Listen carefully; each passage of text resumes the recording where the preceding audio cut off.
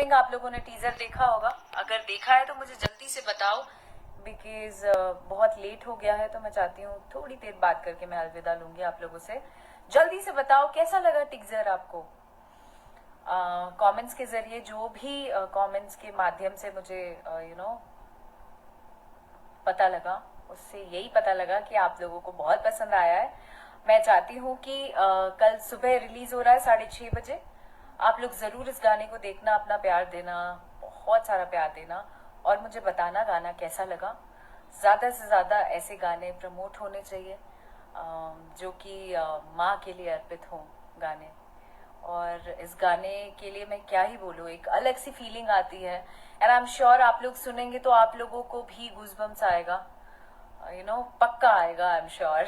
I love you all. कल सुबह फिर से मौका मिलेगा, आप लोग के साथ बातें होगी। कल भी इवेंट है, इवेंट से पहले जब भी टाइम मिलेगा मैं लाइव आऊंगी, आप लोगों से बात करूंगी, और मुझे इंतजार रहेगा आपकी कमेंट।